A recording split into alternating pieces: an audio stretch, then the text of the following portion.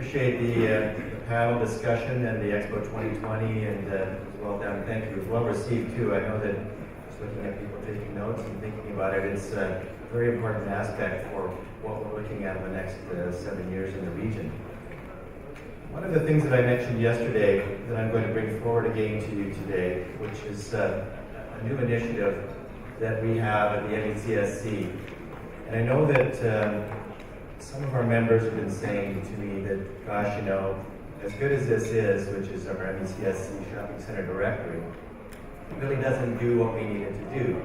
We needed to do far more. And one of the things that they'd like it to be is far more comprehensive about the retail industry and make it relevant to not only the shopping center owners, but also for the retailers, the retail industry professional services as well. So we'll have all the usual information, such as the country profiles, the mall profiles, which we have already. But in addition, we'll have a membership directory, a retailer directory. So that's one of the big things. We want to try and have the retailer directory so it becomes more cohesive as a document that you can use. We'll also have a retailer gallery, an HR section, because many of our members come to me and they say, gosh, I know that you have the MECSC website and it has a human recruitment or a human resources recruitment area on the website, but we need more than that. So we're going to invite HR specialists to have a place in our magazine as well. We're going to have the new shopping center area, fit-out specialists, fit-out experts, galleries, so we can have people who want to advertise and be registered with this magazine for that. And this isn't just for Dubai. This is for Saudi, this is for the region, it's for the whole GCC MENA region. Other areas that we're going to be having are professional leasing and advisory services, so there's getting to be a few more service providers in the region that are willing and wanting to make their name shown and recognized. We can do that in this as well. And also architectural design galleries. So we have people who do design for fit out, who do other things, and they also wanted to become more part of the MECSC. This is one way that we're trying to ensure that everyone can be brought together, even in one document, as a go-to document. And in the back, of course, we have an ability we need to support. It costs a fair amount of money for us to publish this. We need your support as advertisers. So we would like your support in terms of coming to us. It won't be expensive, but it'll be something that you can advertise your business with us. So I appreciate that.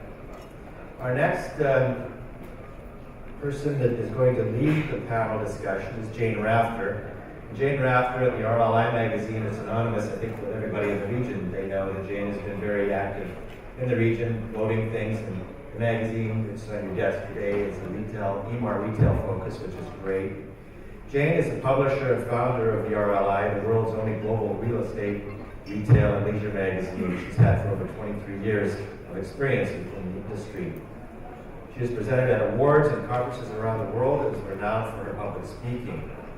She has previously been secured as a key speaker at many international events, including the India Retail Forum, Mumbai Retail City, Dubai Global Department Store Forum, and many others such as in MAPIC and Cannes. Jayne, I think as all of us know, is an excellent networker, and I know that I've learned a lot from being near her just to see how she networks, because she is very good at that job. She's regularly assisted coordination of numerous conference and panel discussions, which she's doing today, and we thank her for that.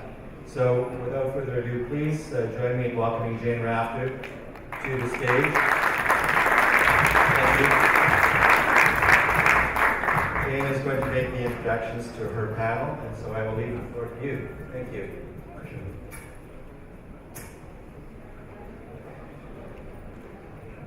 Well, good afternoon, ladies and gentlemen. Well, it's almost afternoon. So I'm hoping to keep you all awake this morning. So I don't expect to see any of you falling asleep, or I might just target you for questions. This morning, before I start, I want to see a show of hands so we know the kind of audience that we are addressing. How many of you in the room are developers?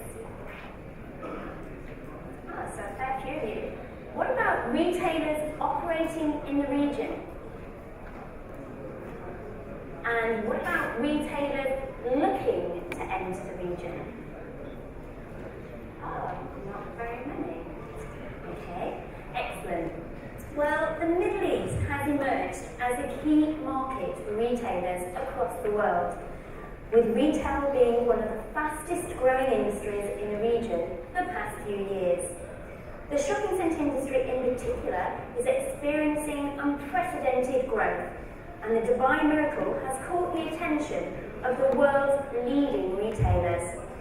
Not only that, in terms of investments and revenue generation, the Middle East is one of the world's most desirable retail environments, made attractive by favourable government policy frameworks and active participation by the private sector. Within this session, we will take a look at entrepreneurship, challenges and opportunities in the region. But before we do this, I would like to introduce you to all the panel members who will give you a short presentation on themselves and each of their brands. May I welcome the panel members?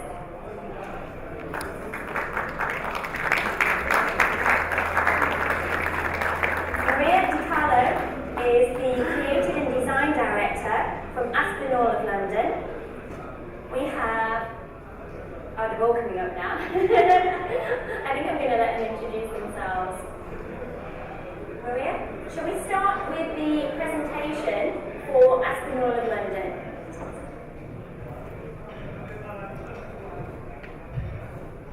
My name is Mariya Dykalo. I'm a creative director of Aspinall of London. Aspinall is a British luxury brand. Currently, we have 10 standalone stores in London and 2 in the Middle East. May I present our video introduction? Thank you. Can we have the Aspinall video, please? Thank you.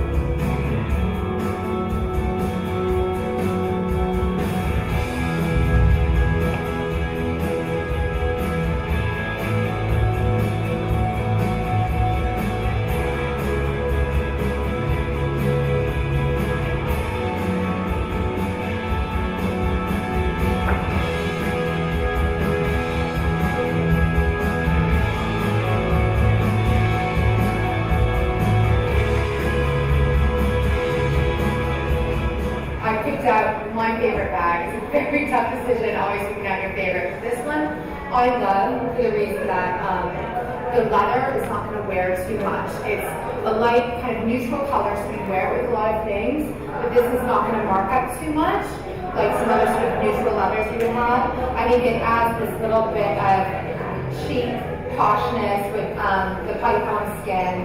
I can fit all my different little bits on the side pockets, in the middle. I think it's a great bag that will transition you from winter into spring.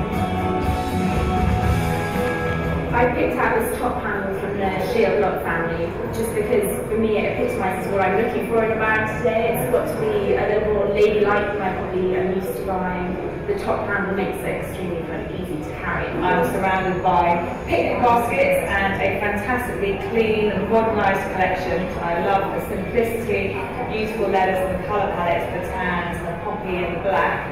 I have a Marlborough tote, but I'm very happy they've now introduced a Marlborough clutch in this gorgeous monochrome sign with the nubuck suede and white leather and this gorgeous black grained leather. It's really light, it's really easy to carry and actually can fit in my mini iPad, which is perfect. This would be my pick of the week. My personal favourite piece today is this, which is part of the English collection. Really a very handy, kind of almost like a black briefcase.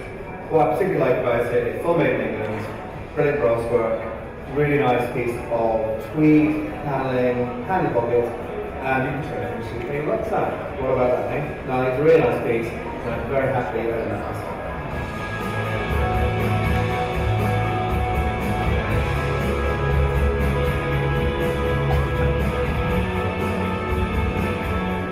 These are our favourite bags. Yeah, we are here at the Aspen Castellet, and I think I'm going to steal this one for the business thing, so I couldn't wait. And my name is Elizabeth Chambers, and I'm obsessed with this bag. I walked in the room and immediately saw it. I think it's absolutely perfect, and I just love the Aspen brand.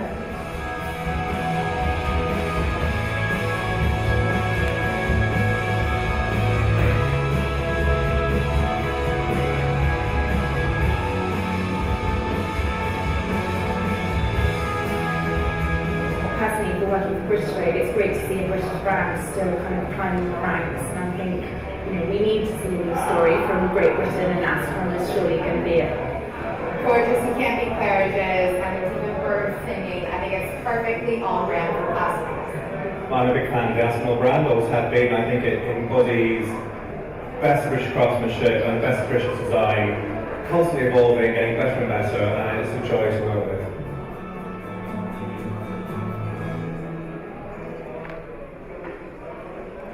Great, certainly one of my favourite handbag brands as well. So next we have Jayne Johnston, CEO of Zohoor Alreef.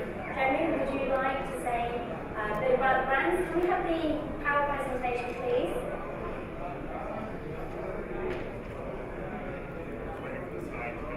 My name is Johnston. I hope everybody can hear me. I'm the CEO of a very interesting business called Zohoor Alreef. We are based in Saudi. I'm just going to give you literally a 1-minute view of the business. Before I do that, also just to say that I'm here with quite a lot of experience in the region. In the 90s, I worked for the Al Group, and it was a much smaller business than it is today. And 7 or 8 years ago, I came back out to the Middle East to work for McLellan Group, doing up their retail business. Today, I've been nearly 5 years now in Saudi, and I want to tell you a little bit about Zohoor Alreef. Very, very quick, I promise. Can you flip to the next slide, please? Okay, so we were a family-owned business, a small family-owned business, but now, a few years after I joined the company, we are one of the largest retailers of personal care and fragrance in the Gulf region. Next slide, please. A little bit of very quick bullet points. The business is just over 20 years old. We're based in Khobar, just across the causeway from Bahrain. We're a fast-growing mid-market brand. Our core product is skin and body care, home fragrance and perfumes. We've now got more than 220 outlets. We're growing quite quickly. We've got presence in all the GCC countries now, and we are looking for partners across the MENA region. We have a mixture of company-owned stores, but we also have a franchise division, and we're looking for franchise partners. And we compete pretty much head-to-head with other international brands such as The Body Shop. And move on to the next slide, please.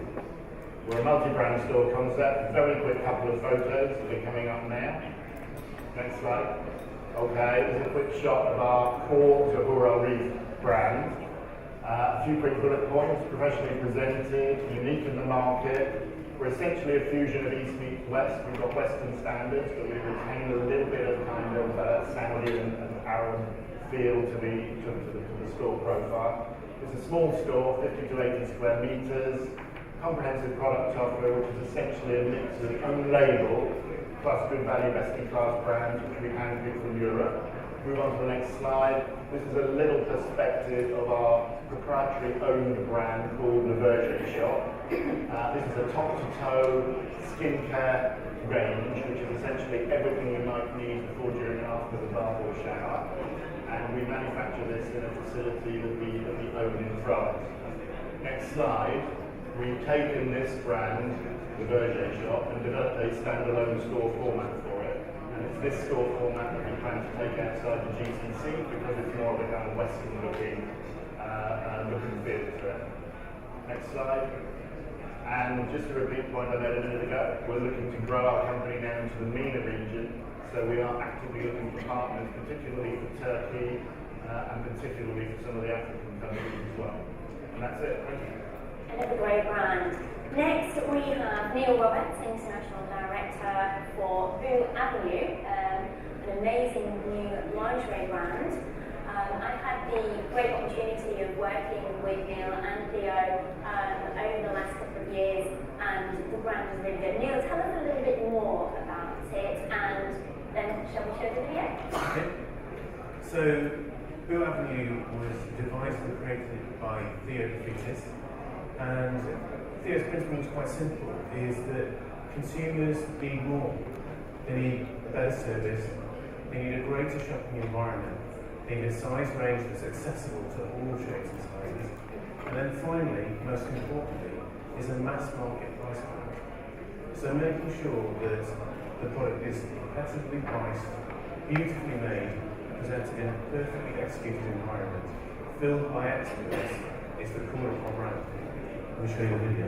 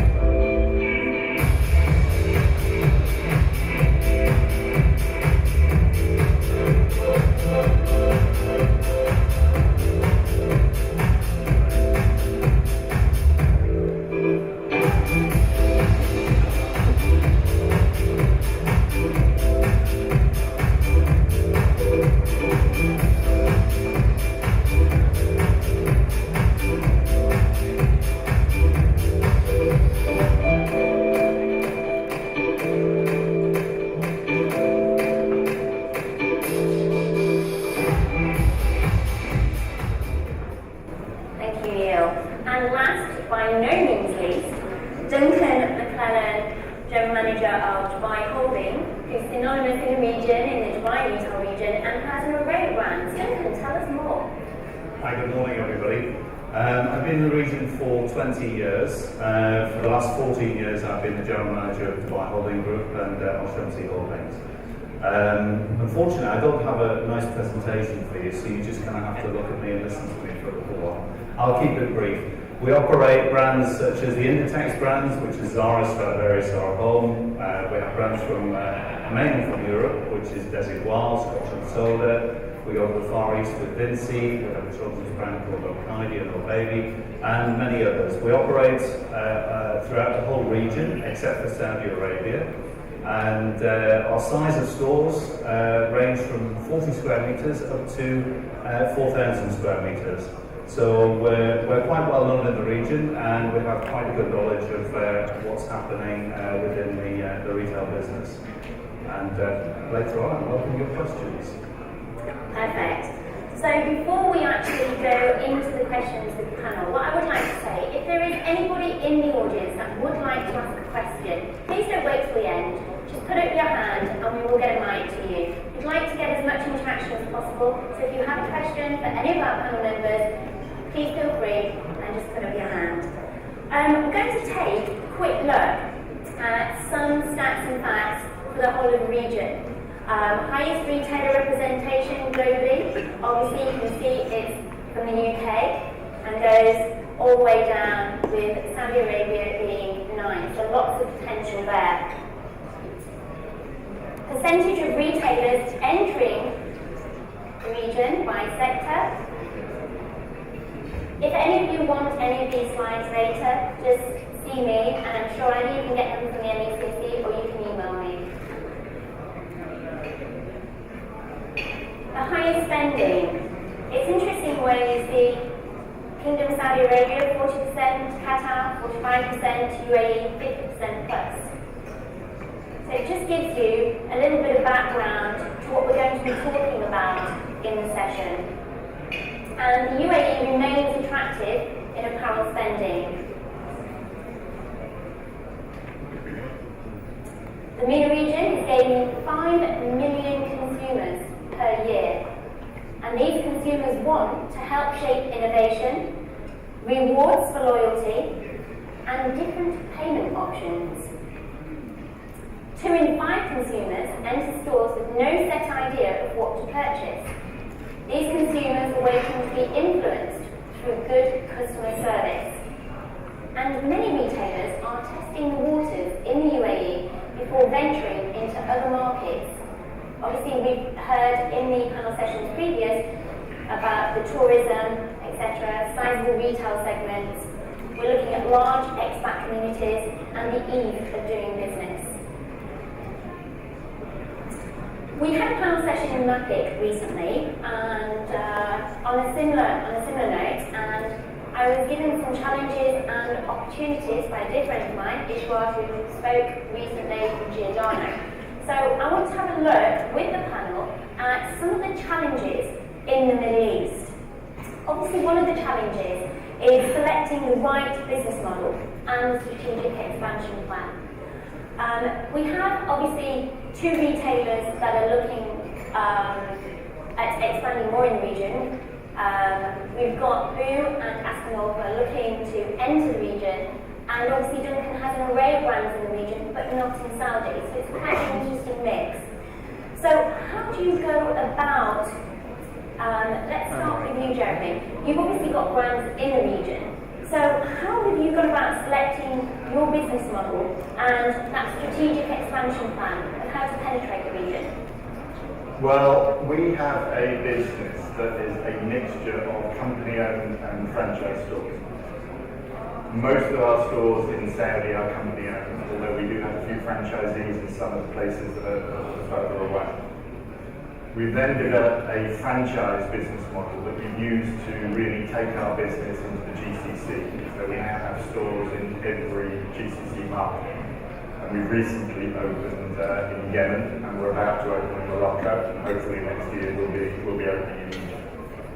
But we've really had to adapt our business model, to bring in a franchise aspect, but also, as I just touched on in my little presentation, we've actually had to change our core Zohoor Alreef business, which is very much a kind of East meets West, but if we're honest about it, it's quite a kind of Saudi-looking business. And we realised that if we wanted to take our brands and our perfumes and our home fragrance outside of the GCC, we'd have to develop a brand that is more Western-looking, more Western, has got more of a kind of Western feel to it. So we're quite fortunate because all our product is made in France, and we've got a very nice French brand, body care brand, which again I showed briefly in the presentation, which we call the Verger shop. The Verger is French for the orchard, and all the product in this brand is essentially fruit or floral based. And we've developed a very nice shop fit for development outside of the GCC. So essentially you have to remember, I think, that the GCC and the MENA region isn't one size fits all retail. You have to really understand the market, you have to adapt your brand or your brands or your retail products and make them appropriate for each of the markets that you want to go into. And I think that's really the message that I want to kind of get across in answer to your first question. And this really applies to you as well, Neil, doesn't it? Because obviously you've got this new brand, you're looking to enter the market. Tell me how you're going to adapt to the market. And obviously you've got the thing, another large retailer, this is different. How are you going to educate the consumer about your new brand? I think the idea that retailers can educate consumers is a myth for a start, because I think the most important thing is when you look at a market, you need to identify what your consumers know. So when we look at the market, we can see that the current competition in the lingerie market excludes through a size range that doesn't go high enough or low enough, a price range that excludes customers because of price. There are retailers that exclude people because of age, so they're specifically aimed at younger consumers. The reason why I think Boux Avenue is perfect for the market is it is inclusive. So there is a huge size range, and we have products that are suitable for all ages. And then finally, a really competitive price. So identifying the fact that we have something special to bring to the market that makes our brand truly unique is key. The second part of it is pretty much what you said already, which is identifying the right partner is critical, because when you bring the two businesses together, it is a marriage. And knowing that you're working with somebody who will really represent your brand, trust each other, and definitely move the business forward is the absolute key to success. I like the connotation towards marriage because you definitely need the right partner, otherwise you will end up in divorce. I think an interesting point there is that in terms of marriages and partnerships, if you've got a powerful brand, you will very easily get locations, you will find a good big partner that wants to come with you. The challenge in this part of the world is that the brand is, reasonably well known in the UK or Europe or America, but frankly isn't really a world-class brand, then probably you've got a bit of a problem, or you're certainly going to have a much longer slog to get yourself established and to find the right partner and then get yourself established. It's all about the power of the brand. If you're a Primark, everybody's going to be begging you to come on board into their mall or into their brand portfolio. But if you're not a Primark and you're somebody that,